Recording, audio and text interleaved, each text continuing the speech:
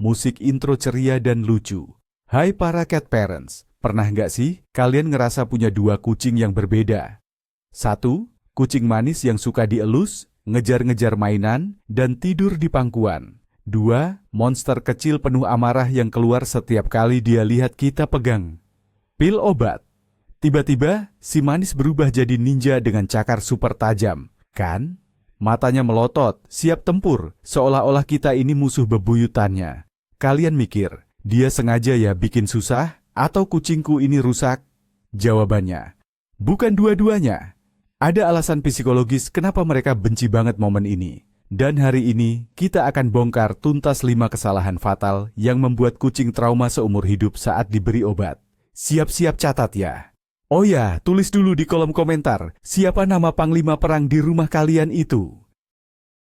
Oke, sebelum kita masuk ke daftar dosa kita sebagai cat parent, kita harus paham dulu isi kepala si bos besar berbulu itu. Kucing, pada dasarnya, adalah predator kecil yang sangat menjaga teritori dan harga dirinya. Bagi mereka, dipaksa, dipegang erat-erat, dan dibuka mulutnya secara paksa, itu bukan cuma nggak nyaman, tapi itu adalah sebuah ancaman.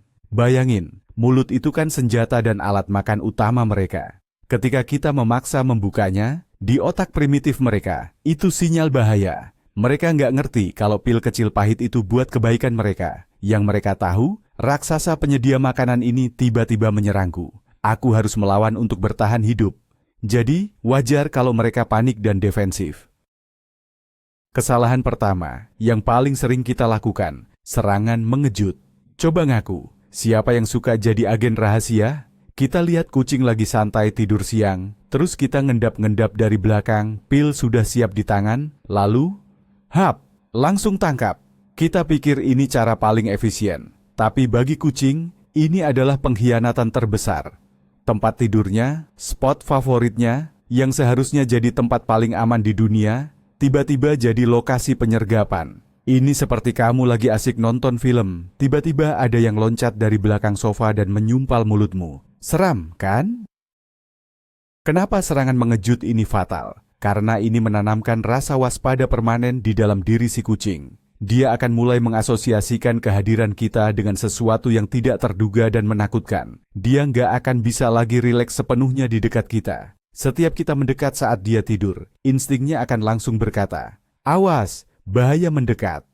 Kepercayaan yang sudah kita bangun susah payah lewat elusan, makanan enak dan mainan, bisa retak hanya karena satu penyergapan yang kita anggap sepele.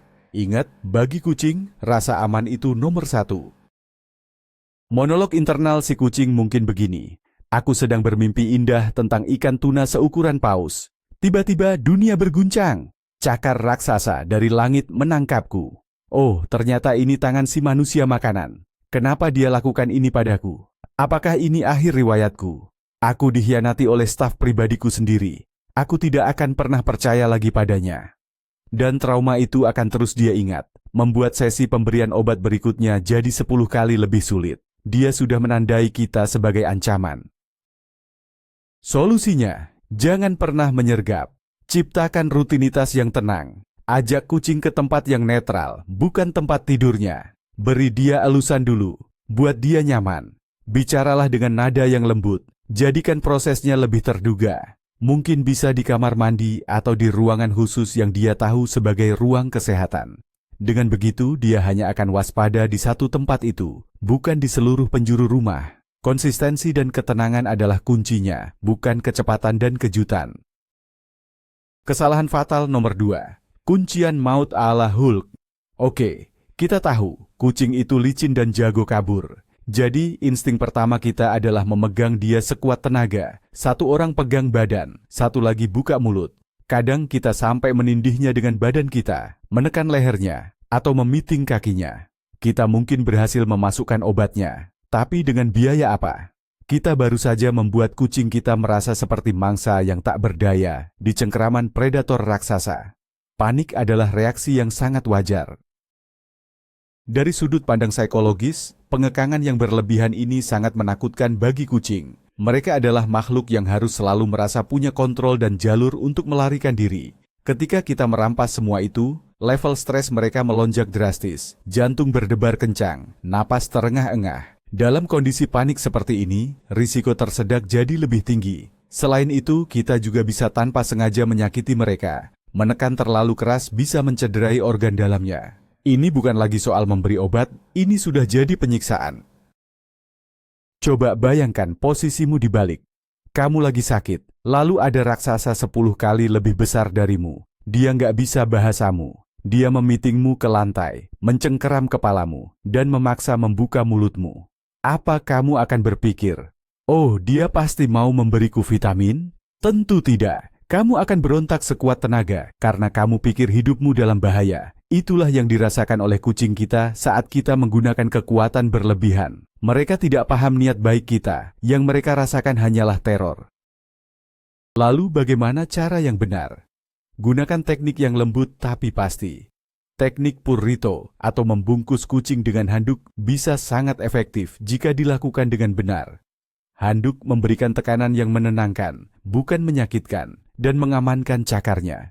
Pegang kepalanya dengan lembut dari belakang, bukan dari depan. Energi kita juga sangat penting. Kalau kita panik dan tegang, kucing akan merasakannya. Tetap tenang, percaya diri, dan lakukan dengan cepat tapi tidak terburu-buru. Ini soal teknik, bukan adu kekuatan.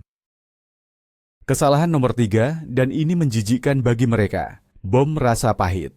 Kita berhasil membuka mulutnya, lalu kita lempar pil itu ke tenggorokannya. Selesai?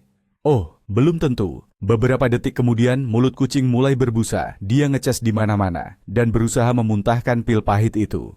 Kenapa? Karena indera perasa kucing ribuan kali lebih sensitif dari kita, terutama terhadap rasa pahit. Di alam liar, rasa pahit itu identik dengan racun. Jadi, insting alaminya memberitahu dia, keluarkan benda ini dari mulutku sekarang juga, ini racun. Setiap kali kita memaksa mereka menelan sesuatu yang sangat pahit, kita memperkuat asosiasi negatif. Dalam pikiran mereka, kita bukan lagi cuma monster pegulat, tapi juga monster pegulat yang mencoba meracuniku. Ini adalah level pengkhianatan yang baru. Mereka akan ingat rasa tidak enak itu dan akan berjuang lebih keras lagi di kesempatan berikutnya untuk memastikan benda mengerikan itu tidak masuk lagi ke mulut mereka. Pengalaman buruk ini akan terekam jelas di memorinya, membuat momen minum obat jadi mimpi buruk. Coba kita intip lagi pikiran si kucing. Sudah ditangkap, dipiting, sekarang mulutku dimasuki benda terkutuk ini. Rasanya seperti brokoli busuk dicampur kaos kaki kotor. Majikanku benar-benar sudah gila. Dia ingin menyingkirkanku agar bisa mengadopsi anjing. Aku harus melawan demi masa depan kaum kucing. Ya, mungkin sedikit dramatis, tapi intinya mereka merasa sedang diracuni. Busa dan liur berlebih itu adalah cara tubuh mereka untuk mencoba mengeluarkan racun tersebut. Solusinya banyak dan lebih beradab. Pertama, tanyakan pada dokter hewan apakah ada alternatif obat yang cair dengan perasa atau obat yang bisa dicampur makanan. Kedua, gunakan pil pocket, yaitu snack kucing yang lembut dan bisa diisi pil di dalamnya. Ketiga, hancurkan pil. Jika boleh, tanyakan dokter dulu. Dan campur dengan sedikit makanan basah yang baunya sangat menyengat, seperti rasa tuna atau sarden. Tujuannya adalah menyamarkan rasa pahit itu dengan sesuatu yang mereka cintai. Jangan biarkan mereka merasakan pilnya secara langsung. Lanjut ke kesalahan keempat, sesi kejar-kejaran tanpa akhir. Skenarionya begini, kita berhasil memasukkan pil, kita merasa menang, kita lepaskan kucingnya. Lalu, blep, pilnya dilepeh lagi ke lantai. Si kucing langsung lari ngibrit ke bawah tempat tidur. Dan dimulailah episode kedua, perburuan kucing di dalam rumah. Kita coba seret dia keluar, dia lari ke kolong lain. Ini sangat melelahkan bagi kita, dan sangat menegangkan bagi si kucing. Ini bukan lagi proses pengobatan, ini sudah jadi permainan petak umpet yang traumatis. Setiap kali kucing berhasil melepehkan pil dan kabur, otaknya mencatat sebuah kemenangan. Aha, jadi kalau aku keluarkan benda ini dan lari, aku akan selamat. Dia belajar pola yang salah. Dia belajar bahwa perlawanan dan pelarian adalah strategi yang berhasil. Akibatnya sesi berikutnya akan lebih sulit, karena dia sudah punya jurus andalan. Proses ini mengubah rumah, yang seharusnya jadi tempat aman, menjadi arena pertarungan yang penuh jebakan dan tempat persembunyian. Dia akan selalu waspada dan siap kabur dari kita.